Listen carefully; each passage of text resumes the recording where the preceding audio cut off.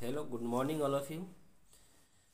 देखो, आज मैं टारगेट का इम्पोर्टेंट क्वेश्चन आपको बताऊंगा जो बिहार बोर्ड 2022 में डायरेक्टली पूछे जा सकते हैं। ठीक है, अगर यहाँ से मतलब बहुत ही देखो, पूरी लाइट चैप्टर जो होता है ना, मैं कोशिश करूंगा कि आधे एक घंटा में पूरी लाइट का मैं कवर करा दूँ। पूरी इसमें जितने भी लगभग 30-35 क्वेश्चन जो होंगे इंपॉर्टेंट क्वेश्चन, सब का सब जो था ना जल्दी से जल्दी मैं कवर करा दूंगा, ताकि आपकी कम समय में इस एग्ज़ाम के लिए रिवीजन हो सके, बहुत ही कम समय में। इसलिए मैं डायरेक्टली जो होता है ना, इसकी लैंग्वेज ठीक ठाक है, जो भी लैंग्वेज ख़राब होगा मैं उसके लिए अलग से लिख के लाया हूँ। ठीक है, समझा दूंगा। जो पहला इंपॉर्टेंट क्वेश्चन है, जो देखो बिहार बोर्ड 2013 में पूछा गया सवाल है, क्या है? Write many two main feature of laser ray. क्या है? इसकी दो मेन फीचर मुझे लिखना है। मतलब फीचर बोले तो इसका कुछ है, दो ऐसा इंपॉर्टेंट काम लिखिए। ठीक है, दो मतलब तो इसमें 3-4 दे दिया है तो अच्छी बात है, कोई दिक्कत नहीं है।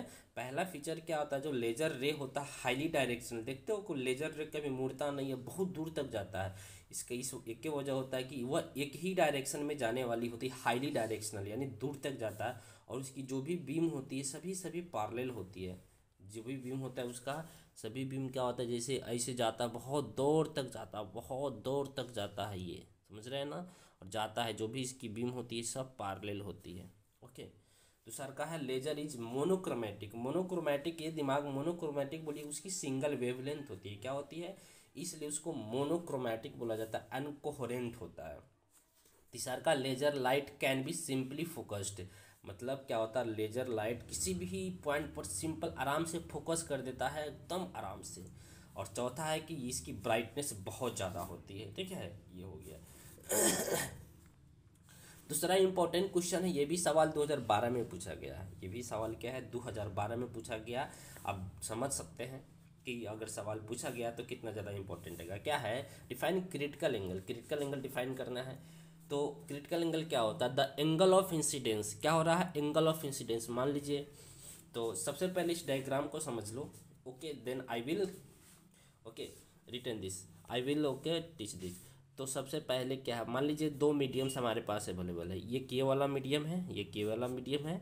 इस मीडियम को हम ले डेंसर मीडियम, और एक बाहर मीडियम है, इसको हम रेयर मीडियम बोले। इसका रिफ्रैक्टिव इंडेक्स μ2 है, इसका रिफ्रैक्टिव इंडेक्स μ1 है। समझे? जब लाइट हमारा डेंसर से रेयर मीडियम में जाता है तो क्या होता है कि लाइट बेंड हो जाता है, यानी जो नॉर्मल से दूर चला जाता है। अगर लाइट को एकदम पर इस सरफेस के परपेंडिकुलर भेज रहे हो तो वो नहीं मुड़ता है। तो देख रहे हो ना, इस लाइट को सरफेस के परपेंडिकुलर भेजो तो ये लाइट नहीं मुड़ता है, बेंड नहीं होता है। जैसे थोड़ा सा टर्न किया, जैसे इस लाइट को इधर से थोड़ा सा मुड़ के भेजे, सरफेस के परपेंडिकुलर नहीं, अब ऐसे भेज रहे लाइट को, ये नॉर्मल है हमारा। तो इस लाइट को देखो, एक्चुअली जानी चाहिए एकदम सीधा इस तरीके से, थोड़ा सा बेंड हो गया नॉर्मल से दूर।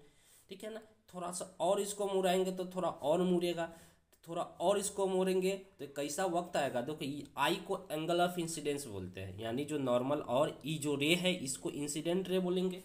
ये जो रे है आपका, ये जो यहाँ से लाइट रे जा रहा है, इसको हम बोलेंगे इंसिडेंट रे। क्या बोलेंगे? Incident ray. तो जब ये इंसिडेंट रे और ये वाला जो एंगल होता है ये रिफ्रैक्टेड रे होता है, ये वाला एंगल रिफ्रैक्टेड, ये वाला रिफ्रैक्टेड एंगल हो गया। देख रहे हो, जब एंगल ऑफ रिफ्रैक्शन ये 90 डिग्री से ज़्यादा हो जाता है, जब एंगल ऑफ रिफ्रैक्शन 90 डिग्री से ज़्यादा हो जाए, देख रहे हो ये 90 है, यहाँ थोड़ा ज़्यादा मुड़ गया है, तो उस केस में जो एंगल ऑफ इंसिडेंस होता है that means I is known as the critical angle. It is denoted by I C और सिंपल सी। देख रहे हैं ना, the angle of incidence in denser medium for which the angle of refraction is 90 degree. क्या होता है? 90 degree is called critical angle. मतलब जब हमारा एंगल ऑफ रिफ्रैक्शन कितना हो जाए, 90 डिग्री, इस केस में हम क्या बोलते हैं, हमारा होता है, इसको बोलते हैं क्रिटिकल एंगल। समझ रहे हैं ना? जैसे मैं एज इट इज एक डायग्राम के थ्रू मैं आपको बताना चाहता हूँ। मान लीजिए ये, और जब हम ये वाला, ये हमारा क्या मान लीजिए, ये नॉर्मल है, ये इंसिडेंट रे है। आप डायग्राम खुद से भी बना सकते हैं।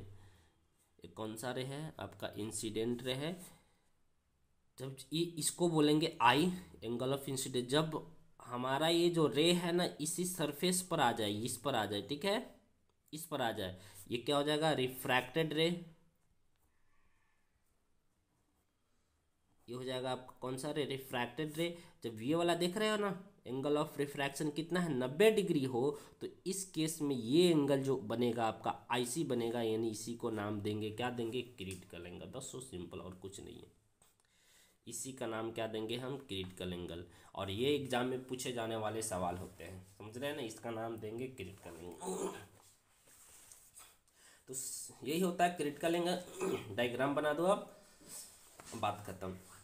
इसमें दे दिया है यार, इसकी कंडीशंस क्या होता है, कंडीशंस क्या होता है मतलब टोटल इंटरनल रिफ्लेक्शन की, तो ये क्वेश्चन सेकेंड में हम देखेंगे, पर टोटल आपको क्रिटिकल एंगल की परिभाषा आपसे पूछे तो आपकी डिफिनीशन ये है 2 नंबर के लिए यहाँ तक, और ये डायग्राम, ठीक है। अदरवाइज दिस डायग्राम आप ओके देख सकते हो। नेक्स्ट क्वेश्चन देखते हैं, पोलरॉइड क्या होता है। ध्यान दीजिएगा, मैं इस देखो इसमें कुछ ज़्यादा बड़ा डेफिनेशन दिया है, तो मैं आपको पोलरॉइड के बारे में बता रहा हूँ। Okay okay, sorry sorry sorry.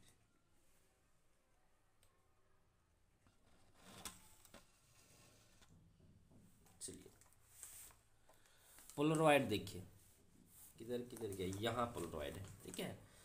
Polaroid क्या है, पोलराइड इज एन इक्विपमेंट, मतलब एक छोटा सा मशीन होता है क्रिस्टल का बना हुआ। क्या होता है, एक छोटा सा क्रिस्टल का बना हुआ होता है, छोटा सा।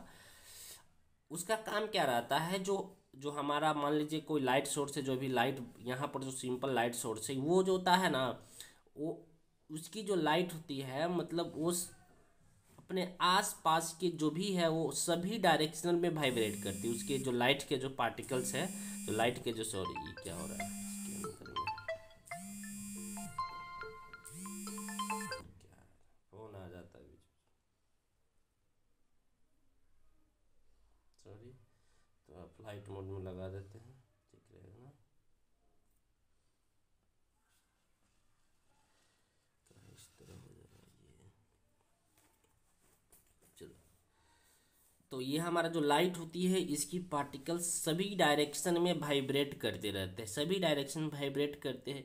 जब इसको आप पोलरॉइड से पास कराओगे, तो जो सभी डायरेक्शन में जो वाइब्रेट करते हैं उसको बोला जाता है अनपोलराइज्ड लाइट। क्या बोला जाता है, इसको बोला जाता है अनपोलराइज्ड।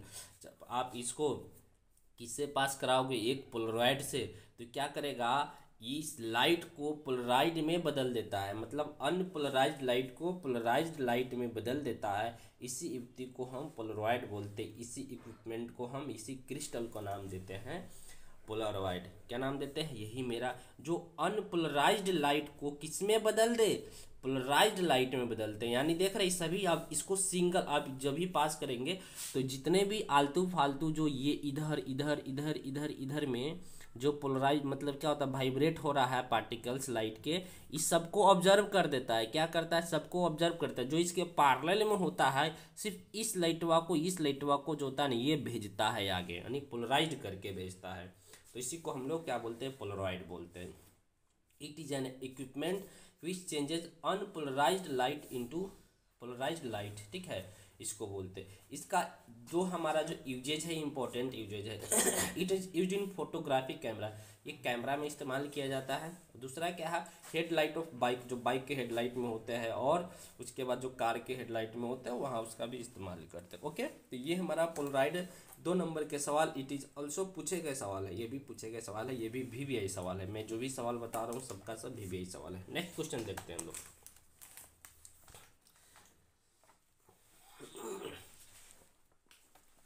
नेक्स्ट क्वेश्चन ये है, derive expression for refractive index of the prism placed. ये 2 नंबर के सवाल तो एक्चुअली नहीं होते हैं, अगर इनके सब 2 नंबर में आपसे पूछे, 5 नंबर में सवाल होते हैं। कितने नंबर में, 5 नंबर का सवाल है। तो सबसे पहले ओवरऑल क्या होता है, हम प्रिज्म की एक बात कर लेते हैं, ठीक है। क्या पूछा गया है, हमको refractive index of prism placed, refractive index निकालना है। Drive expression for refractive index of A prism, यानी म्यू की बात नहीं निकालना है मुझे, क्या निकालना है, म्यू निकालना है। तो हम प्रिज्म, थोड़ा एक इसमें तो नहीं दिख रहा अच्छा से, हम एक प्रिज्म बना देते हैं अच्छा से आप लोगों को, ताकि ये दिख जाए। एक बड़ा सा प्रिज्म बना दिए, और ये प्रिज्म को एयर में रख दिया और यहाँ से एक लाइट हो जाएगा तो फिर ऐसे मुड़ेगा ये फिर से लाइट ये ऐसे मुड़ जाएगा।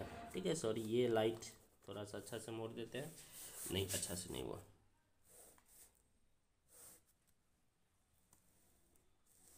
चलिए इसको देखिएगा, हमने एक लाइट भेजा फिर ऐसे गया फिर ये लाइट ऐसे आएगा। ठीक है, और यहाँ से एक नॉर्मल खींचिएगा फिर यहाँ से एक नॉर्मल खींचिएगा। इसको बोला जाता है एंगल ऑफ प्रिज्म। ये जो हो जाएगा ये वाला एंगल इसको बोलते हैं आई। ठीक है, इसको इसका नाम सॉरी बार बार क्यों हो जा रहा है इसको बोलते हैं इंसिडेंट रे। कौन सा रे बोलेंगे? इंसिडेंट रे बोलेंगे। ये वाला रिफ्रैक्टेड रे नहीं, इसको बोलेंगे इमरजेंट रे। कौन सा रे बोलेंगे? इसको बोलते हैं इमरजेंट रे, जो मुड़ के आता है। ठीक है, और ये जो एंगल है यहाँ पर एंगल ऑफ, ये थोड़ा सा मुड़ा, यहाँ भी थोड़ा सा मुड़ा, और फाइनली हमारा कुछ ये होता है। ठीक है, इसको डेल्टा 1 बोले, इसको डेल्टा 2 बोले, ये हमारी क्या होती है? डेल्टा होती है। इसको क्या बोलते हैं हम लोग? डेल्टा बोलते हैं। तो इसमें हम क्या लगाएंगे? इसमें हम स्नेल का नियम लगाएंगे। इसमें क्या लगाएंगे? ये आपकी डायग्राम हो गई। फाइनली स्नेल का नियम डायरेक्ट लगा सकते हैं आराम से, इसमें कोई बड़ी बात नहीं। μ1 इसका रिफ्रैक्टिव इंडेक्स μ1 हो जाएगा, अंदर में प्रिज्म का रिफ्रैक्टिव इंडेक्स μ2 डाल दिए तो क्या होता है? स्नेल का नियम लगाओगे μ1 sine I equal to μ2 sine R. ये पर स्नेल का नियम है, तो यहाँ से देखो साइन आई बटा साइन आर क्या होता है? μ2 बटा μ1। तो यहाँ μ1 क्योंकि एयर है ना, बाहर एयर है, तो इसका वैल्यू 1 लिखेंगे। आप याद रख लीजिएगा 1 नंबर सवाल के लिए कि हवा का रिफ्रैक्टिव इंडेक्स 1 होता है। किसका? एयर का रिफ्रैक्टिव इंडेक्स आपका 1 होता है, और μ2 हम म्यू मान लेते हैं। ठीक है, तो हमारा यहाँ साइन आई बटे साइन आर क्या सिर्फ म्यू बनेगा। तो आपको एक पता होना चाहिए मिनिमम डेविएशन की मैं केस ले रहा हूँ। मिनिमम डेविएशन यानी जो आई होता है क्या होता है? जो आई बराबर होता है क्या होता है? डेल्टा m/2 प्लस a/2 आई होता है। क्या होता है? और आर जो होता है आर बराबर क्या होता है? a/2। आर क्या होता है? इसको बोला जाता है, देखिए ये वाला एंगल और ये वाला एंगल, ये मेरा क्या है? इसको बोलते हैं R1, इसको बोलते हैं R2। तो ये दोनों केस में जो होता है ना R1 और R2 मेरा क्या होता है? R1 बराबर R2 होता है, इसी का नाम देते हैं R। यानी क्या होता है? ये एंगल ऑफ रिफ्रैक्शन है। R क्या होता है? एंगल ऑफ रिफ्रैक्शन क्या होता है? जो एंगल ऑफ प्रिज्म होता है उसके आधा होता है। क्या होता है? जो ए होगा आपका एंगल ऑफ प्रिज्म इसके आधा होगा। तो यहाँ फाइनली मेरा बना आई बराबर ये बना कि नहीं? तो आराम से यहाँ पर पुट आउट कर दो। म्यू बराबर क्या हो जाएगा? ये जो भी साइन का मान है, देखो साइन आई का मान के तो डेल्टा m/2 प्लस a/2, और फिर आर जगह a/2 रख दो। क्योंकि यहाँ ये एंगल बहुत छोटी होती है इसलिए यहाँ से साइन गायब हो जाएगा। यहाँ देखो ये जो म्यू है, यहाँ देखो साइन डेल्टा m/, ये जो एंगल होता है सभी एंगल बहुत छोटे होते हैं, इसलिए छोटे एंगल के लिए जो भी होता है साइन को सब खत्म हो जाता है, सिर्फ बच जाएगा डेल्टा m/2 प्लस a/2 बटा नीचे में a/2। तो यहाँ इसको आप कैलकुलेट करोगे तो फाइनली आपका डेल्टा एम का जो फॉर्मूला आएगा, इसको बोलते हैं डेल्टा एम बोले तो मिनिमम डेविएशन। याद रख लीजिएगा यहाँ पर जो डेल्टा एम, जो भी चीज़ यहाँ नहीं लिखा गया है मैं, I am writing everything, delta M को नाम देता है मिनिमम डेविएशन। क्या दिया गया है? मिनिमम डेविएशन, ये नाम है इसका, डेविएशन। ओके, इसको बोलते हैं मिनिमम। तो हमारे पास delta M equal to A into mu -1 आया। ठीक है, तो ये इंपॉर्टेंट है, ज़्यादा कुछ भी नहीं इसमें किया गया, ज़्यादा कुछ नहीं। Okay, you have to remember, you have to mind up of this diagram, then आपको ये सब थोड़ा सा करना है। बस एक स्नेल का नियम लगाना है, और ये आपको ये लिखना है, स्नेल का नियम लगा कर ये लिख देना है, और इसकी जो वैल्यू है आप इसमें पुट आउट कर दो। इसमें पुट आउट कर दो तो आपको म्यू का मान ही आएगा, और यहाँ से एक गायब उप कर देना है क्योंकि एंगल छोटी होता है आपके। ये आप कैलकुलेट करोगे तो ये आपकी आ जाएगा। ओके, ये आ जाएगी। ओके, चलिए नेक्स्ट क्वेश्चन की तरफ मुड़ते हैं। आगे क्वेश्चन है, what is the total internal refraction, what are condition for its, name of any of two. मतलब टोटल इंटरनल रिफ्रैक्शन क्या होता है, जो भी आपने बताया सेम एज इट इज यही है।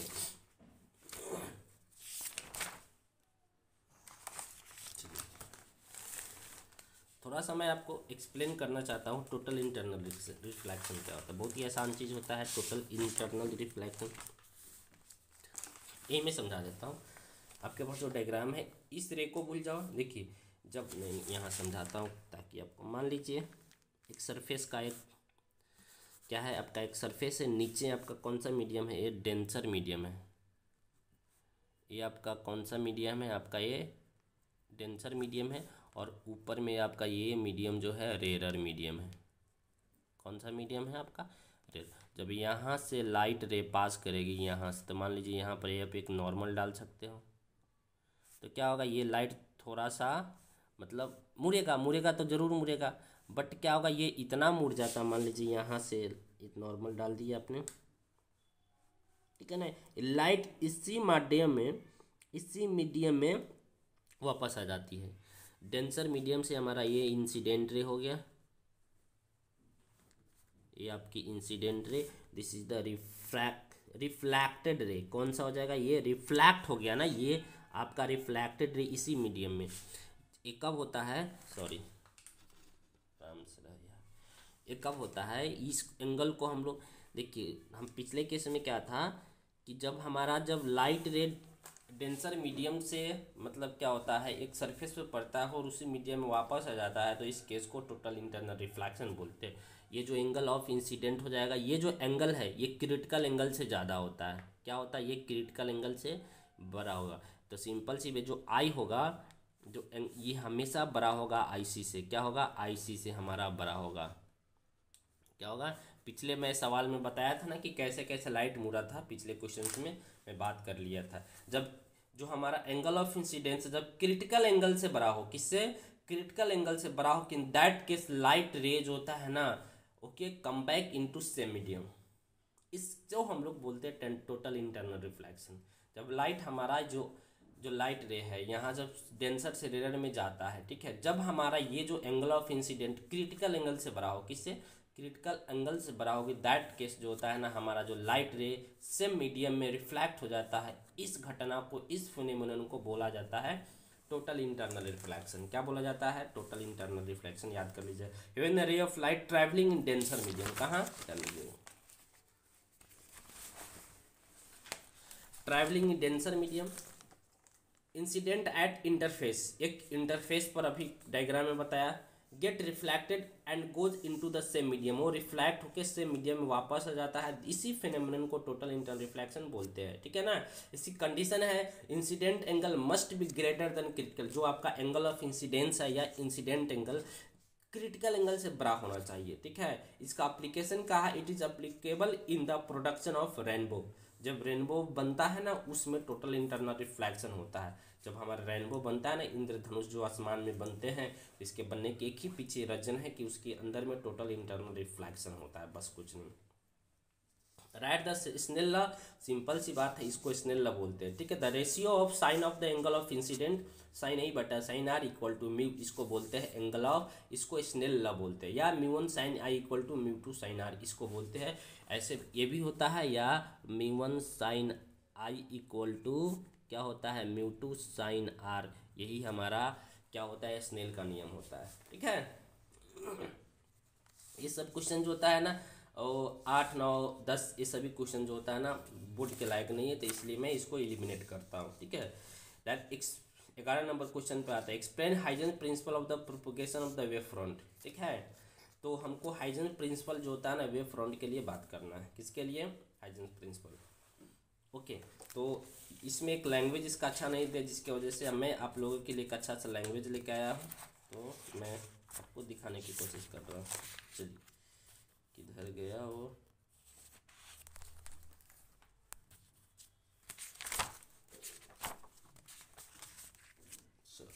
चलिए एक सेकेंड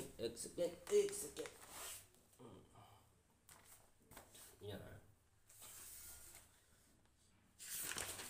चलिए ध्यान दीजिएगा प्यार से यहाँ पर, ठीक है। प्रिंसिपल जो होता है ना, हाइगेंस का जो प्रिंसिपल था, उन्होंने जो होता है ना दिया था, उन्होंने लाइट को वेव मानते हुए उन्होंने एक प्रिंसिपल दिया था। क्या, लाइट को वेव माना था। जब आप हाइगेंस ने जो भी थ्योरी, जो भी अपना प्रैक्टिकल कर रहा था, जो भी प्रिंसिपल पे प्रिंसिपल दिया जा रहा था, उन्होंने लाइट को क्या माना था, वेव माना था, इसलिए इसको वेव थ्योरी बोला जाता है। क्या बोला जाता है, हाइगेंस का प्रिंसिपल का वेव थ्योरी भी बोला जाता है। थ्योरी होता है किसका, वेव थ्योरी का। The Huygens principle states that, ये कहता है कि every point on wave front, देखिए मान लीजिए कि यहाँ से लाइट है, यहाँ से लाइट जाएगा, ये सभी डायरेक्शन में इधर इधर इधर इधर, ये इधर भी जाएगा इधर भी जाएगा, मतलब ये लाइट ऑल डायरेक्शन में जाएगा, जाएगा ना, जाएगा। तो क्या होता है, इसके लाइट मतलब जो रे है, जो वेव हो, जिसको वेव, ये सब वेव है, ये सब क्या है, हम जो सीधा लिखे सब वेव है, सभी वेव है पर सीधा लिखे हैं। तो इसके हर एक पॉइंट पर क्या होता है, हर एक पॉइंट पर जो पार्टिकल्स होते हैं, देखो यहाँ पर wave front is a source of wavelets, ठीक है। यहाँ पर एक नया वेवलेट्स बनाता है, ये क्या बनाता है, एक नया वेवलेट्स बनाता है, एक नया वेवलेट्स बनाता है, एक नया वेवलेट्स बनाता है, एक नया वेवलेट्स बनाता है, तब जाके मेरा एक सेकेंडरी वेव फ्रंट बनता है। क्या बनता है, मेरा एक सेकेंडरी वेव फ्रंट बनता है। यही मेरा प्रिंसिपल होता है किसका, हाइगेंस का। बहुत ही आसान है, देख लो। The Huygens principle states that every point on a wave front is a source of wavelet. मतलब कि देखिए लाइट एक जगह से दूसरी जगह कैसे चला जाता है, जैसे यहाँ से लाइट निकला तो यहाँ पर जो होता है ना, एक वेवलेट्स बनेगा, यहाँ पर एक वेवलेट्स, यहाँ पर एक, यहाँ पर फिर एक नया वेव फ्रंट बनेगा, नया वेव फ्रंट। तो देख के मान लीजिए कि यहाँ से, ये मेन डायग्राम है, मान लीजिए कि यहाँ पर एक लाइट सोर्स है, मान लीजिए एक बॉल है आपका, क्या एक बॉल है, तो यहाँ से लाइट इधर भी निकलेगा, इधर भी निकलेगा, इधर भी निकलेगा, इधर भी निकलेगा, इधर भी निकलेगा, हर ही डायरेक्शन में लाइट निकलेगा, इधर भी निकलेगा, इधर भी निकलेगा कि नहीं निकलेगा, इधर भी निकलेगा। तो यहाँ पर लाइट का पार्टिकल्स होगा, यहाँ भी लाइट का पार्टिकल्स होगा, यहाँ भी लाइट का पार्टिकल्स होगा, यहाँ भी लाइट का पार्टिकल्स होगा। ये क्या बनाएगा, ये एक नया वेवलेट्स बनाएगा, इस गोला गोला, फिर एक नए वेवलेट्स बनाएगा, एक नया वेवलेट्स बनाएगा, एक नया वेवलेट्स बनाएगा, एक नया वेवलेट्स, एक नया वेवलेट्स, एक नया, एक। तो यहाँ से एक नया, इसको हम टेंजेंट यहाँ से खींच देंगे, सभी जो वेवलेट्स हैं ना सभी, तो इसको बोलेंगे सेकेंडरी वेव फ्रंट। ये मेरा एक वेव फ्रंट बना कि नहीं बना, जिसके वजह से फिर यहाँ पर एक और वेवलेट्स बनेगा, एक और वेवलेट्स, ऐसे बनते जाएगा, फिर एक और मतलब वेव फ्रंट बनेगा, फिर एक और वेवलेट्स बनेगा, एक ऐसे ही जो होता है ना हमारी लाइट आगे बढ़ती है, क्या होती है। तो मतलब लाइट का हर एक पार्टिकल्स जो होता है ना एक सोर्स की तरह काम कर रहा है, क्या होता है, एक नया वेवलेट से बना रहा है, इसलिए उसको सोर्स बोला जाता है। तो जैसे जैसे ये आगे बढ़ेगा, एक अपने आप में सोर्स की तरह काम करेगा, खुद का वेवलेट्स बनाएगा, और इसके वजह से एक वेव फ्रंट बनेगा, फिर आगे बढ़ेगा, खुद का वेवलेट्स बनाएगा, इसके वजह से एक और सेकेंडरी वेव फ्रंट बनेगा। तो यही तो मेरी प्रिंसिपल है। तो Huygens principle state that the every point on a wave front, मतलब इस वेव फ्रंट पर जितने भी पॉइंट है, ये जो आपका वेव फ्रंट है ना, ये वाला, ठीक है, ये वेव फ्रंट है, ये वाला बना, तो इस पर जितने भी आपकी पॉइंट्स है, जितने भी है, सब अपने आप में एक नया वेवलेट्स बनाएगा। ये वेवलेट्स होता है, इसको बोलते हैं वेवलेट्स, इसको बोलते हैं वेवलेट्स। एक ऐसा गोला, एक और गोला बनाएगा, जिसकी वजह से एक और वेव फ्रंट बनेगा, फिर उस लाइन पर एक फिर नया नया गोला बनेगा, ऐसे ही लाइन मेरी आगे बढ़ती जाती है। यही तो इसकी प्रिंसिपल है। हम इस पर टेंजेंट खींचते हैं, तो ठीक है। इसमें क्या है, next question, state the postulates of the Huygens wave theory and draw the wave front for the parallel and the converging and diverging beam. ठीक है, मतलब इसको पोस्टुलेट करना है, मतलब इसकी पॉइंट्स बताना है मुझे। तो क्या क्या पॉइंट इसमें हो सकता है, इच पॉइंट ऑन सेम जो बताया, each point on wave front, जो वेव फ्रंट पर है ना, हर एक पॉइंट सेम ही है, थोड़ा सा डिफरेंट है, बस इसमें पॉइंट बना के लिखना। इस वेव फ्रंट पर जितने भी पॉइंट है ना, acts as a fresh source of disturbance, मतलब एक डिस्टर्बेंस का एक नया सोर्स बनाता है। क्या बनाता है, एक नया सोर्स बनता है डिस्टर्बेंस का। A new wave front is obtained by secondary wavelets, जो होता नया जो वेव फ्रंट बनेगा, ये सेकेंडरी वेव फ्रंट वेवलेट के थ्रू बनता है। किसके, सेकेंडरी वेवलेट के थ्रू बनता है। ठीक है, इसका जो डायग्राम है जो बनाना है यहाँ पर, ठीक है। ये जो हमारा पैरेलल बीम है, जब लाइट रे बहुत दूर होती है, कहाँ होती है, बहुत दूर होती है, तो वहाँ से आने वाली जो भी रे होती है एक दूसरे को पैरेलल होती है, और इसका जो वेवलेट्स होगा कुछ एकदम पैरेलल होगा, एकदम ऐसा होगा, एकदम खड़ा एक प्लेट की तरह। ठीक है, एक कन्वर्जिंग बीम है, ये कौन सा बीम है, कन्वर्जिंग बीम है, और एक हमारा डाइवर्जिंग बीम भी आता है, जो देखिए ये आपकी डाइवर्जिंग बीम है, ये this is your diverging beam. ठीक है ना। तो नेक्स्ट क्वेश्चन देखिए, डॉपलर इफेक्ट। ये भी बहुत इंपॉर्टेंट क्वेश्चन है भाई, डॉपलर इफेक्ट कुछ नहीं है पर मजा आएगा, देखिएगा। डॉपलर इफेक्ट क्या है? डॉपलर इफेक्ट और the Doppler shift is the change of frequency of wave with respect to the observer of who is moving relative to the wave source. मान लीजिए देखो, यहाँ से वेव सोर्स है, मान लीजिए यहाँ पर वेव सोर्स बोले तो यहाँ से लाइट है, यहाँ से वेव निकलेगा आगे की तरफ जाएगा। जैसे जैसे जो लाइट सोर्स होता है ना, मतलब ये ऑब्जर्वर है यहाँ खड़ा है, ये ऑब्जर्वर यहाँ पर खड़ा है, जैसे जैसे ये लाइट वेव इसके नज़दीक जाएगा इसकी फ्रीक्वेंसी बढ़ता हुआ इसको दिखाई देगा, इसकी फ्रीक्वेंसी लगेगा कि और पास आ रहा, इसकी फ्रीक्वेंसी इसके पास जो होता है ना एकदम तेजी से बढ़ता हुआ दिखाई देता है। इसी इफेक्ट को बोलते हैं डॉपलर इफेक्ट। क्या बोलता है? Doppler was the scientist who has given this idea, जिसने इस आइडिया को दिया था, इसलिए इस इफेक्ट को क्या बोलते हैं? देखो ये इसके पास आएगा, यानी इसके रेस्पेक्ट में ये मोशन कर रहा है तो इसके रेस्पेक्ट में भी ये तो मूव कर रहा है ना, तो ये जो इस वेव का जो होता है रिलेटिव मोशन हो रहा इसके रेस्पेक्ट में, और इस आदमी का भी रिलेटिव मोशन हो रहा है इस वेव के रिस्पेक्ट में। अगर जैसे जैसे ये इसके पास जाएगा इसकी फ्रीक्वेंसी बढ़ता जाएगा, वेव लेंथ जो होता है ना इसकी कम होता जाएगा, मतलब ये जो वेव लेंथ हो जाता है ना कम होता जाएगा, तो ये हम बोलते हैं, हम इसको क्या बोलते हैं? Doppler effect. यही तो होता है और कुछ नहीं होता है। ठीक है, next point, define total internal reflection. अभी थोड़ा देर पहले डिफाइन कर दिया था टोटल इंटरनल रिफ्लेक्शन, ठीक है ना। चलिए, define critical angle of the period. Critical angle भी हमने बात कर लिए हैं, हमने क्रिटिकल एंगल भी बात कर ही लिया है। सॉरी फिर से यार लाइट का डिस्टर्बेंस हुआ।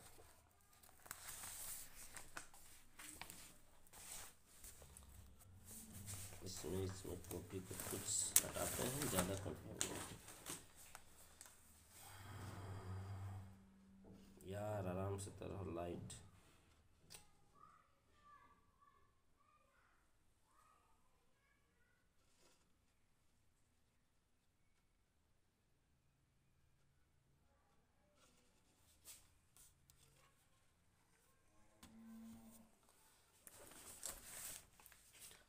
चलो, मिराज क्या होता है? देखिए, what are the condition for total internal reflection. ये भी इंपॉर्टेंट क्वेश्चन मैं आपको पहले ही बता दिए है कि नहीं। जैसे होता है the light should travel from denser से रेयर मीडियम। हमारा लाइट जो होता है ना डेंसर से रेयर में जाना चाहिए। दूसरा, एंगल ऑफ इंसिडेंट जो होता है ना क्रिटिकल एंगल से बड़ा होना चाहिए। किससे होना चाहिए? क्रिटिकल एंगल से बड़ा होना चाहिए। मिराज क्या होता है? देखो, मिराज जो आप पहले ही इसकी डायग्राम तो खैर नहीं बताया, कोई दिक्कत नहीं। It is a defined as the optical illusion. ये क्या होता है? एक प्रकार का भ्रम होता है दैट अकर्स इन डिजर्ट्स, यानी रेगिस्तान में जो मतलब ऐसा होता है generally, and local trade roads appear to be covered with the water but on approaching at the place no water is obtained in deserts thirsty animals observe virtual images of trees and hot sand so expecting a pond of water tree but on reaching there they do not get water pond and hence called the optical illusion। क्या है? जब रेगिस्तान में जब आदमी कहूँ दूर से देखो, अगर पेड़ कहीं रेगिस्तान में एक है तो उसको दूर से देखेगा तो उसकी छाया बनती है। क्या बनती है? उसकी इमेज बनती है नीचे की तरफ, सेम उसी उसके नीचे ही तो लगता है लोगों को कि उसके नीचे पानी है, पेड़ के बगल में पानी है, पोखरा उखरा है। तब वहाँ पास जाता है तो वो ऐसा उसको मिलता नहीं है पानी, तो उसी को हम लोग मिराज बोलते हैं। क्या बोलते हैं? उसको हम लोग मिराज बोलते हैं। Explain twinkly of stars. ठीक है, इसका डायग्राम जो होता है ना मैं बता देता हूँ थोड़ा सा, ताकि आप लोगों को मिराज का, चलिए जो मिराज का डायग्राम है, मान लीजिए कि आपका ये रेगिस्तान में एक पेड़ है, यहाँ पर क्या है? एक पेड़ है, कुछ ऐसा ऐसा इसकी पत्तियाँ है, ठीक है ना। और पेड़ से जैसे जैसे लाइट निकलेगा लाइट निकलेगा लाइट निकलेगा, ठीक है, ये क्या होगा? कुछ इस तरीके से चला जाएगा। मान लीजिए यहाँ पर कोई आदमी का आँख है, यहाँ पर कोई आदमी है, ओके, यहाँ पर कोई आदमी है, तो इसकी इमेज इसको इसके पीछे बनता हुआ दिखाई देगा, नीचे नीचे बनता हुआ दिखाएगा, जिसको ये इसका मेन डायग्राम है और कुछ नहीं, ये इसका डायग्राम है। देखो, ऊपर होती है डेंसर मीडियम, इस ऊपर होता है डेंसर में, नीचे जैसे जैसे आता है ये जो मीडियम सभी क्या होता है? रेरर मीडियम होता है। क्या होता है? रेरर मीडियम आता है, सभी रेरर मीडियम। तो ऊपर डेंसर होता है, नीचे रेयर होता है, तो डेंसर से नीचे रेयर में आएगा। जैसे जैसे ये इस तरीके से मुड़ते जाएगा मुड़ते जाएगा मुड़ते जाएगा, फिर ऊपर मुड़ जाएगा, है ना। रिफ्लेक्शन हो जा रहा है लाइट का, यहाँ पर रिफ्लेक्शन हो रहा है, जिसके वजह से इसका एक इमेजिनरी इमेज इसके नीचे बनता है। तो यहाँ से देखने वाला आदमी को लगता है कि यार यहाँ पानी है, तब तो इसका फोटो नीचे बन रहा है। तो जैसे ही पास में आता है, यहाँ रहता पास में आता है, देखता है कि यहाँ कुछ है ही नहीं, तो उसको बस मतलब गुस्सा आता है, यार ये तो गलत बात हो गया। तो इसी चीज़ को हम लोग क्या बोलते हैं, मिराज बोलते हैं। This is a mirage. Okay, अब सेकेंड क्वेश्चन देखिए, एक्सप्लेन ट्विंकली ऑफ स्टार, मतलब तारा क्यों टमटमाते हैं चमचमाते हैं, ये बात करते हैं। ठीक है, तो डिफरेंट लेयर ऑफ अर्थ, जो अर्थ होते हैं ना, तो मैं आपको थोड़ा इसको I am explaining with the diagram. थोड़ी सी यार लाइट का प्रॉब्लम है यहाँ पर, और कुछ नहीं।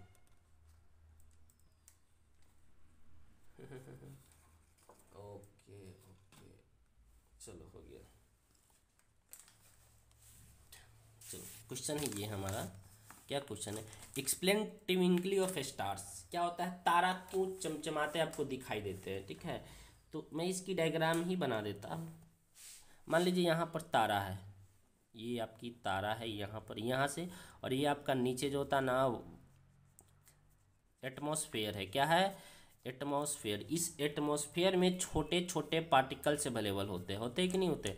यहाँ से जैसे रे आएगी, ध्यान दीजिएगा, यहाँ से इस पार्टिकल्स पर पड़ेगा छोटा सा, ये कभी इधर मुड़ जाएगा, कभी इधर मुड़ जाएगा, कभी इधर मुड़ जाएगा, कभी इधर मुड़ जाएगा, कभी इधर मुड़ जाएगा, कभी ऐसे कुछ मुड़ते चले जाते हैं। ठीक है ना, ऐसे क्या होगा, कुछ कभी ऐसे मुड़ जाएगा, तो आपको लगेगा जैसे ऐसे तो बहुत बार मुड़ता है, बट हम इतना बात नहीं करते। तो लाइट का रे है ना, आपको देखो जहाँ से आती है ना वहाँ, तो ये क्या होता है, देखिए यहाँ पर ये छोटे छोटे ऑब्जर्वेशंस के कारण एक छोटा छोटा क्या होता है, यहाँ पर रिफ्रैक्शन होता है। क्या होता है, इसका रिफ्रैक्शन होता है। रिफ्रैक्शन मतलब बेंडिंग ऑफ लाइट हो जाता है, जिसके वजह से आपको तारा टिमटिमाते हुए दिखाई देगा। सिंपल सी बात है, तारा टिमटिमाने का एक ही वजह है, रिफ्रैक्शन, मतलब लाइट का बेंड होना। देखो अगर यहाँ से लाइट है ना, तो इधर मुड़ा, तो अगर आप यहाँ पर है तो आपको क्या लगेगा, इधर से लाइट आ रहा है, यहाँ इधर से लाइट आते हो तो आपको लगेगा कि तारा यहाँ है। फिर कभी लगेगा कि यहाँ से लाइट आ रहा है यहाँ से, तो आपको लगेगा कि तारा यहाँ है। ऐसा क्या होता है, तारा इधर उधर आपको दिखाई देता है, जिसके वजह से लगता है कि तारा टिमटिमा रहा है। बस कुछ नहीं होता, सब सिंपल है, रिफ्रैक्शन का गेम है। किसका गेम है, रिफ्रैक्शन का गेम होता है। ठीक है, चलिए नेक्स्ट क्वेश्चन है मेरा, जो मेरा व्हाइट डायमंड स्पार्कल्स, मतलब जो डायमंड होता है इतना चमकता क्यों है, समझ रहे हैं ना, डायमंड इतना क्यों चमकता है। तो इसके पीछे का रीजन मैं आपको बता रहा हूँ। तो सबसे पहले जो डायमंड का जो क्रिटिकल एंगल होता है, ये बहुत छोटा होता है, लगभग 23 डिग्री, कहीं कहीं जो कुछ 24 कुछ डिग्री भी होता है। ठीक है ना, क्या होता है, तो इसका क्रिटिकल एंगल लगभग 23 डिग्री थोड़ा या उससे ज़्यादा होता है, यानी ये सबसे बहुत छोटी होती है इसकी क्रिटिकल। इसका रिफ्रैक्टिव इंडेक्स बहुत ज़्यादा होता है, देखो 2.47, कितना इसका रिफ्रैक्टिव इंडेक्स बहुत ज़्यादा है। The face of diamond are cut in such a way, मतलब उस डायमंड को इस तरह से कटा जाता है, when ray of light entering from face undergoes multiple total internal reflection from the different faces। जब डायमंड को मान लीजिए कि ये कुछ हम मान लेते हैं कि ये हमारा डायमंड है, ये सॉरी मतलब इस तरह के डायमंड नहीं होता है। ओके, तो मान लेते हैं कि ये हमारा डायमंड है, क्या होता है,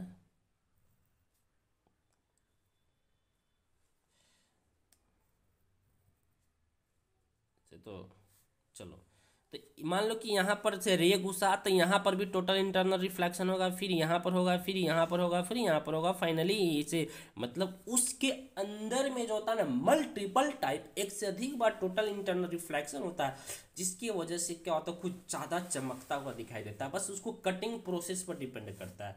डायमंड को आप जितना अच्छा से तराशोगे उतना अच्छा और चमकेगा। तो यही तो बात है, इसी का मतलब डायमंड हमारा सबसे ज़्यादा चमकता है, इसका रिफ्रैक्टिव इंडेक्स बहुत ज़्यादा होता है और इसका क्रिटिकल एंगल बहुत छोटा होती है। इसलिए मुझे रियल इमेज वर्चुअल इमेज ये सवाल पूछे नहीं जाने वाले हैं, बट आपको आता है, देख लीजिएगा। In an image is form set to real if the rays from given, ये पूछेगा सवाल नहीं। Define dispersion of light, what is the its cause. ठीक है ना, तो डिस्पर्जन क्या होता है, कुछ नहीं, बहुत आसान सवाल है, ये भी पूछे जाने वाला सवाल है, ये भी ठीक ठाक है। It is defined as the process of splitting of white light into the constituent colour on passing through a prism when okay we know that for a small angle of prism. क्या होता है कि जब हम किसी भी light रे को एक प्रिज्म से पास कराते हैं तो वो अपने 7 कलरों में टूट जाता है। कितने कलर में? 7 कलर में स्प्लिट हो जाता है। इस प्रोसेस को हम लोग बोलते हैं डिस्पर्जन ऑफ लाइट। क्या बोलते हैं इसको? हम लोग डिस्पर्जन ऑफ लाइट बोलते हैं। सपोज डैट कि मान लीजिए आपका एक ये प्रिज्म है। क्या है? ये आपका प्रिज्म है। यहाँ से आप लाइट को पास कराओगे। क्या कराओगे? पास कराओगे। ये लाइट जो होता है ना, ये 7 कलर्स में मुड़, यहाँ से लाइट, ठीक है, ये 7 कलरों में जो होता है ना स्प्लिट हो जाता है। 1 2 3 4 5 6 ये 7, इस 7 कलरों में क्या होता है? टूट जाता है, बढ़ जाता है।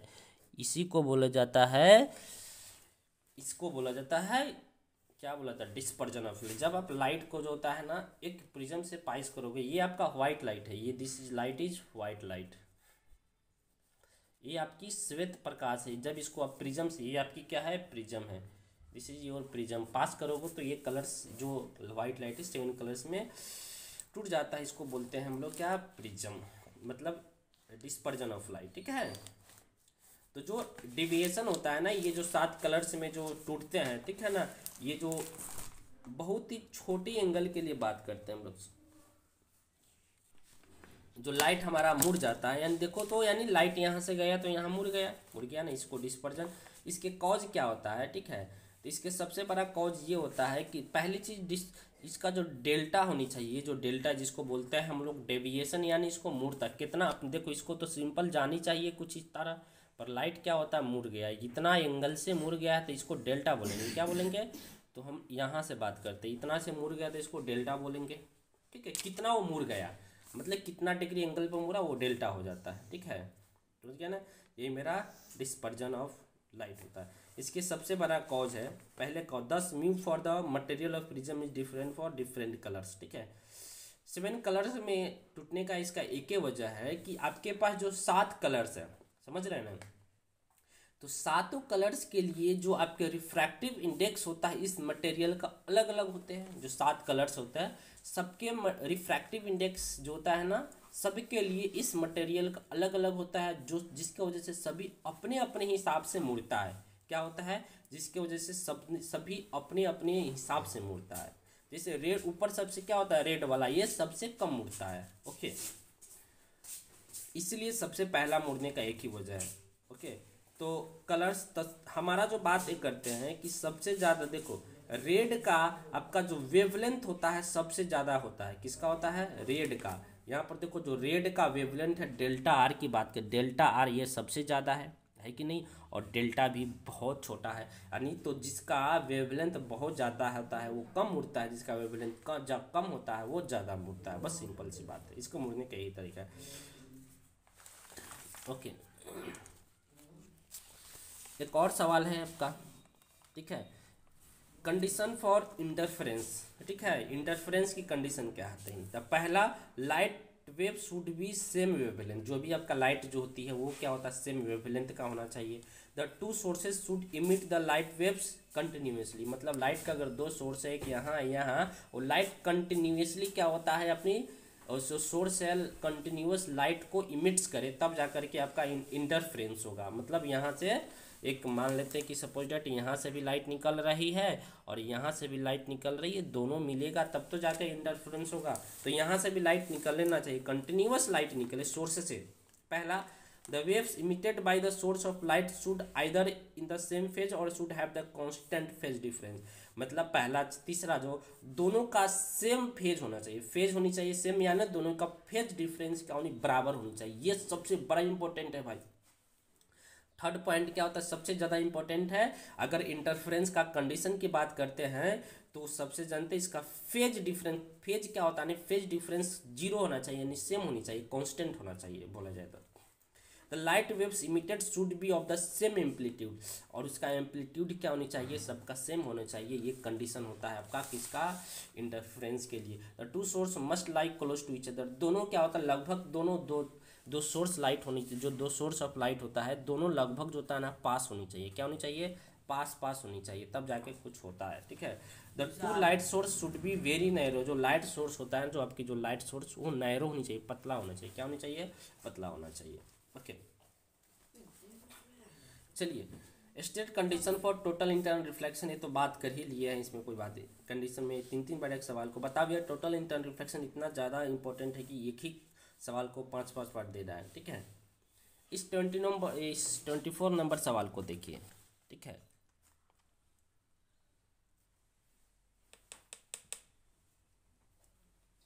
थोड़ा और इसको पास कर लेते हैं। देखिए ये सवाल को देखिए, इधर गया।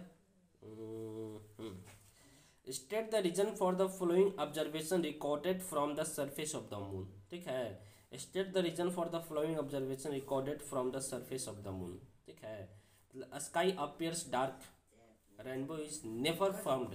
ठीक है, जब आप चांद से जो होता है ना, चांद सरफेस पर रहोगे, ठीक है ना, अब चांद पर आप रहोगे तो आपको कौन कौन सी घटना जो होता है ना देखने को मिलेगा। पहला, स्काई जो आपको होता है, वो आपको जो आसमान, जब चांद पर जाओगे तो वहां से आपको आसमान जो होता है ना एकदम धुंधला दिखाई देगा, मतलब डार्क दिखाई देगा। पहला चांद पर हो तो, ठीक है, पर आप धरती पर हो तो आपको चांद धुंधला नहीं दिखाई देता है। सेकेंड बात, रेनबो इज नेवर फाउंड। तीसरा क्या होता है कि रेनबो आपको कभी मिलेगा ही नहीं, रेनबो इज नेवर फाउंड। तो पहला प्रॉब्लम है भाई, रेनबो वहां बनती है जहां पानी होती है। ठीक है ना, क्योंकि हमारे धरती के जो होता है ना एटमॉस्फेयर में पानी प्रेजेंट होते हैं, वाटर का ड्रॉपलेट्स प्रेजेंट होता है, जिसकी वजह से रेनबो बनता है।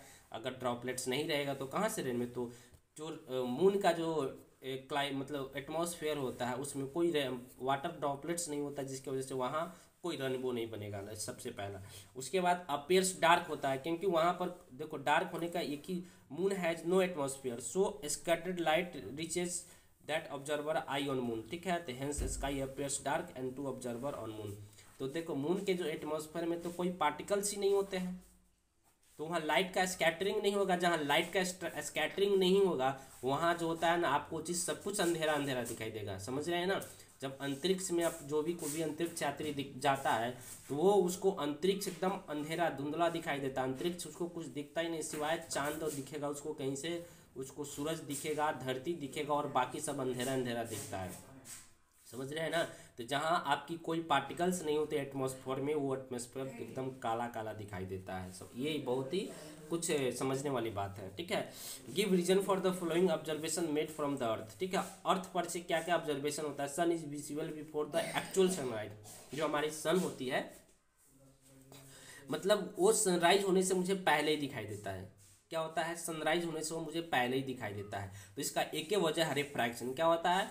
रिफ्रैक्शन की वजह से मुझे सन जो होता है ना सनराइज से पहले ही दिखाई दे देता है। ठीक है, sun looks reddish at the sunrise and sunset. तो और उसके बाद सुबह और शाम को जो होता है ना हमको क्या होता है, सन लाल दिखाई देता है। इसका पीछे एक ही वजह है कि हमारे पास जो सन जो होती है ना, सन के पास जो व्हाइट लाइट हमारे पास आती है तो उसके पास 7 कलर्स प्रेजेंट होते हैं। कितने कलर्स प्रेजेंट होते हैं? उसके लिए 7 कलर्स प्रेजेंट होते हैं।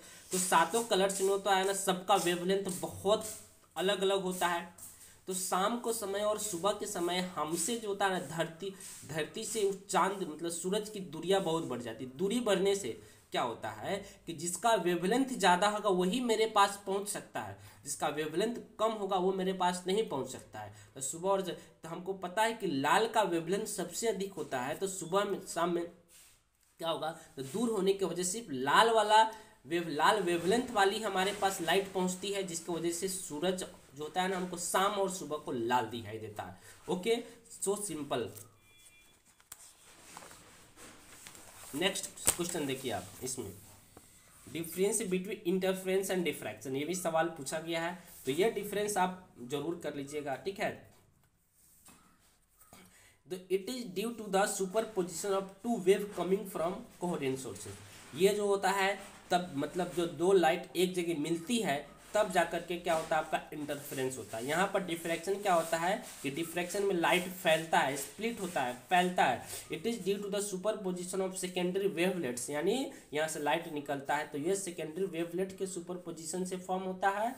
यह किसके वेव के सुपर पोजिशन या यह वेवलेट का सुपर पोजिशन होता है, ये दिमाग में रखिएगा।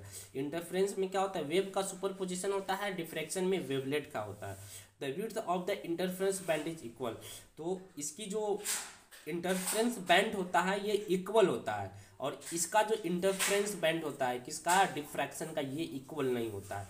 The intensity of all maxima is same, इसके लिए जो इंटेंसिटी होता है सबका सेम होता है, पर इसकी इंटेंसिटी जो होता है ना हर जगह सेम नहीं, सिर्फ सेंट्रल मैक्सिमा पर इसकी इंटेंसिटी ज़्यादा होती है और बाकी कहीं ज़्यादा कभी कम, मतलब यहाँ पर इंटेंसिटी सेम नहीं होता है। ओके,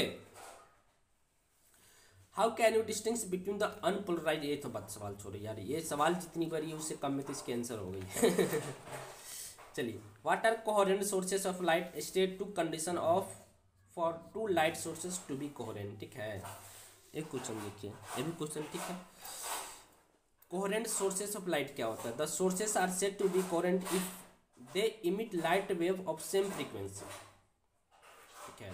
तो कोहेरेंट सोर्सेस ऑफ लाइट किसे कहते हैं, अगर यहाँ पर एक लाइट है, मान लीजिए यहाँ से हम लाइट छोड़ रहे हैं, अगर इसकी फ्रीक्वेंसी सेम हो तो उस लाइट को हम लोग क्या बोलते हैं, कोहेरेंट सोर्सेस बोलते हैं। क्या बोलते हैं, coherent sources of light. Light का कोहेरेंट क्या सेम होनी चाहिए, same frequency of same wavelength. Okay, wavelength of a stable phase difference condition, okay, condition for to sources to coherent, मतलब क्या होता है, इसकी कंडीशन क्या है, ठीक है ना। मतलब condition for two light sources to be coherent are, मतलब लाइट सोर्सेस हमारा कोहेरेंट हो, इसके लिए क्या कंडीशन है। पहला, दे शुड कंटिन्यूसली इमिट, वो कंटिन्यूअस निकलना चाहिए, क्या होना चाहिए, वो कंटिन्यूअस इमिट होनी चाहिए। Emit light waves of the same frequency, पहला क्या होनी चाहिए, उसकी फ्रीक्वेंसी सेम होनी चाहिए, वेवलेंथ सेम होनी चाहिए, तब जाके वो कोहेरेंट सोर्सेस लाइट बनेगा। Phase difference between emitted waves must not be change, यानी इसकी जो फेज डिफरेंस होनी चाहिए कांस्टेंट होना चाहिए। भाई ये बहुत इंपॉर्टेंट सवाल है, समझे कि नहीं। इसका जो फेज डिफरेंस होनी चाहिए किसका, कोहेरेंट सोर्सेज के लिए जो फेज डिफरेंस वो हमेशा इक्वल होना चाहिए, क्या होनी चाहिए, इक्वल होना चाहिए। चलिए नेक्स्ट क्वेश्चन देखिए, 29 number question. Define focus, magnification and power of lens. अब लेंस में कुछ सवाल आ गया। पहला सवाल,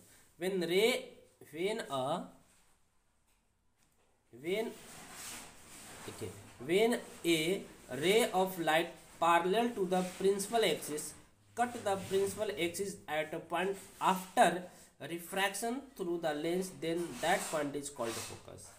फोकस का परिभाषा कौन नहीं जानता है भाई, है।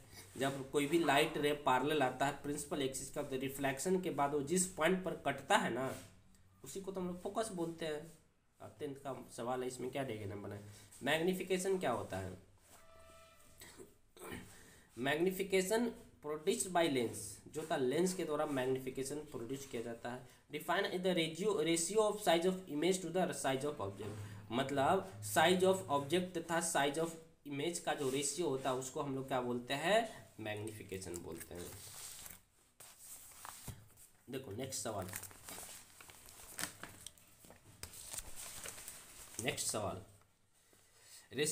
पावर ऑफ लेंस क्या होता है।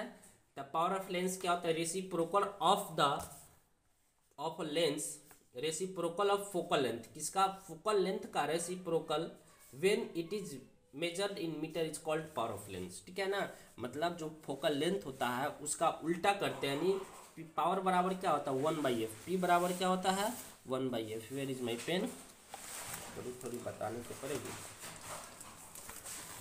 वरना आप लोग कंफ्यूज आ जाइएगा ना। पावर ऑफ लेंस क्या होता है, it is the reciprocal of focal length, F होता है फोकल लेंथ, तो इसी को हम लोग बोलते हैं, क्या बोलते हैं, पावर ऑफ लेंथ।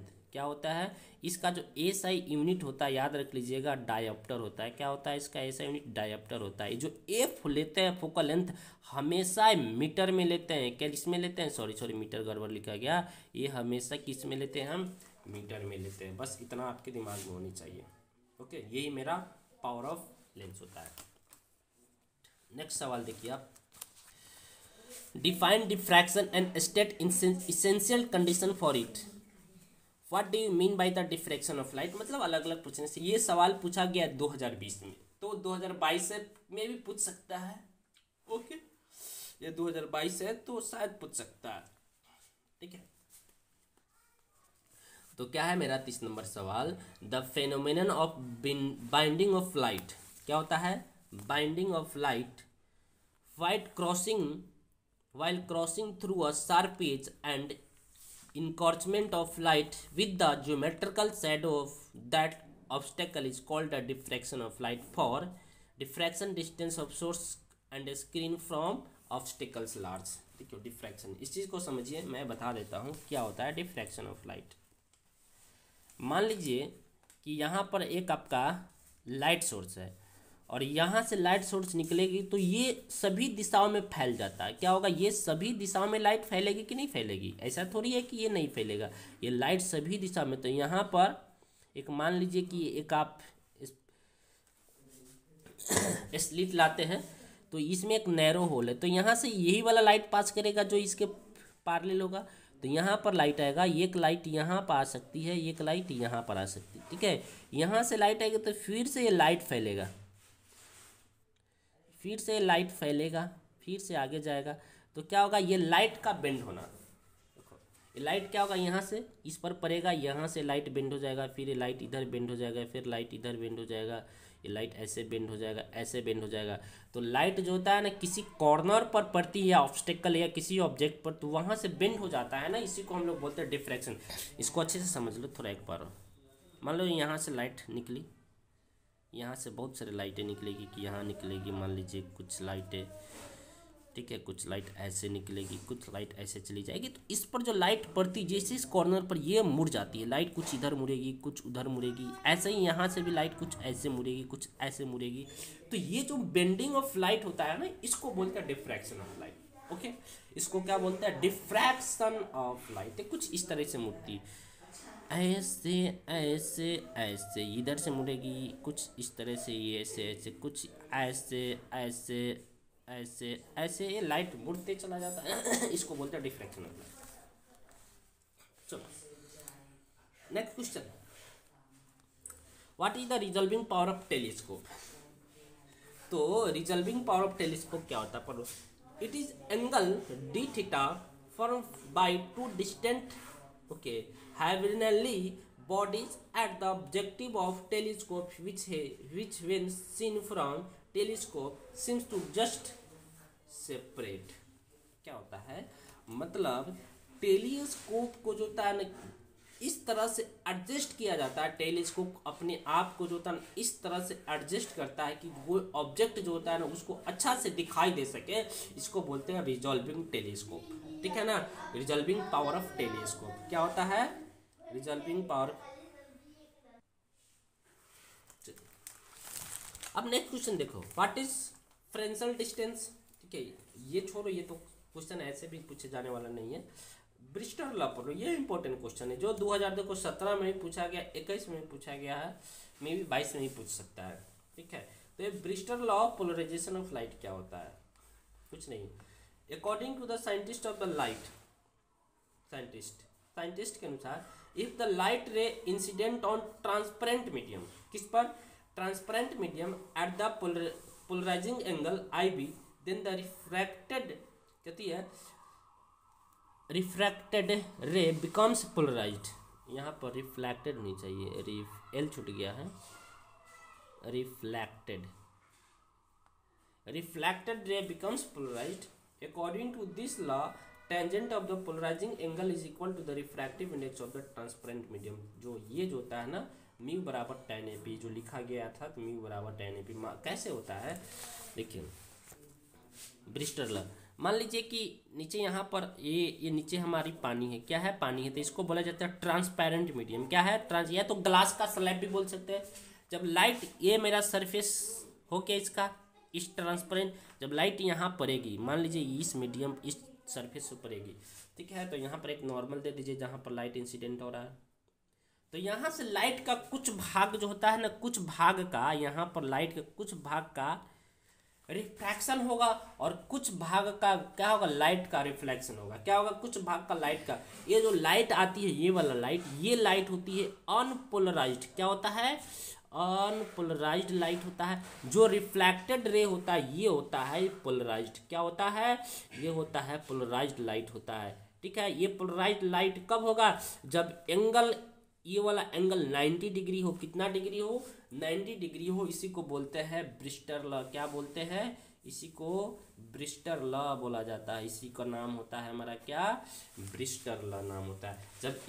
जब आपकी अनपोलराइज्ड लाइट किसी भी ट्रांसपेरेंट मीडियम की सरफेस पे पड़ता है, तो वहाँ पर जो उसकी कुछ भाग क्या होता है, एक का रिफ्रैक्शन होता है, कुछ का मतलब कुछ का रिफ्रैक्शन हो जाता है, कुछ का क्या होता है, रिफ्लेक्शन होता है। और इस एंगल को पता है, ये वाला एंगल को आईपी बोला जाता है। क्या बोला जाता है, इस एंगल को हम आईपी बोलते हैं। तो यहाँ से जो tan आईपी होता है ना, tan आईपी बराबर, समझे कि नहीं, यही होता है मेरा म्यू, यही मेरा होता है, क्या होता है, ब्रिस्टर लॉ होता है, देखा जाए तो, ठीक है। चलो, तो छोटी छोटी सवाल आप प्लीज़ दिमाग में रखते जाइएगा तो अच्छा रहेगा। नेक्स्ट क्वेश्चन देखिए,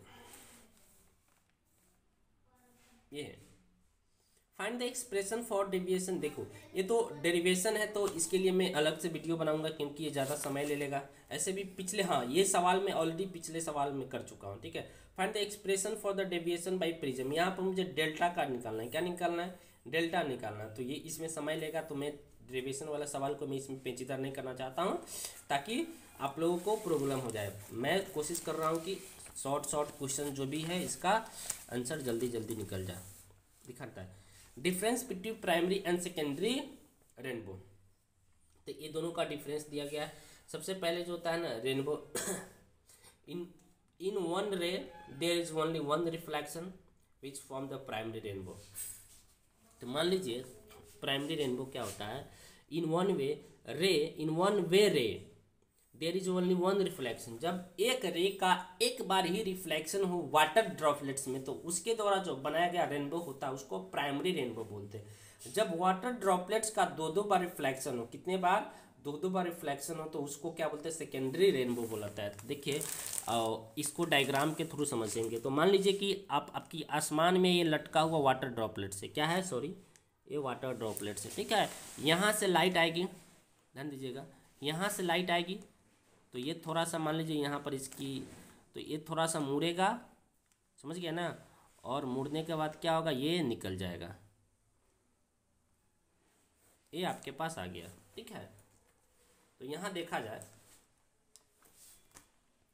तो लाइट यहाँ पर आया, एक बार यहाँ रिफ्लेक्शन हुआ और एक बार यहाँ रिफ्लेक्शन हुआ। तो यहाँ पर लाइट का दो बार रिफ्लेक्शन हो रहा है। कितने बार रिफ्लेक्शन हो रहा है, तो ये आपकी बनेगी सेकेंडरी वेव, ये सॉरी सेकेंडरी रेनबो यहाँ से बनेगा। क्या बनेगा, जब मान लीजिए आपका लाइट रे आया, आपका ये लाइट रे है, ध्यान दीजिएगा, और लाइट रे ये आपका, और यहाँ पड़ा, ध्यान दीजिएगा, यहाँ पड़ा, ऐसे पड़ा, फिर मुड़ के ऐसे आ गया, और कुछ इधर आ गया। तो यहाँ पर लाइट का रिफ्लेक्शन मात्र एक ही बार हुआ है।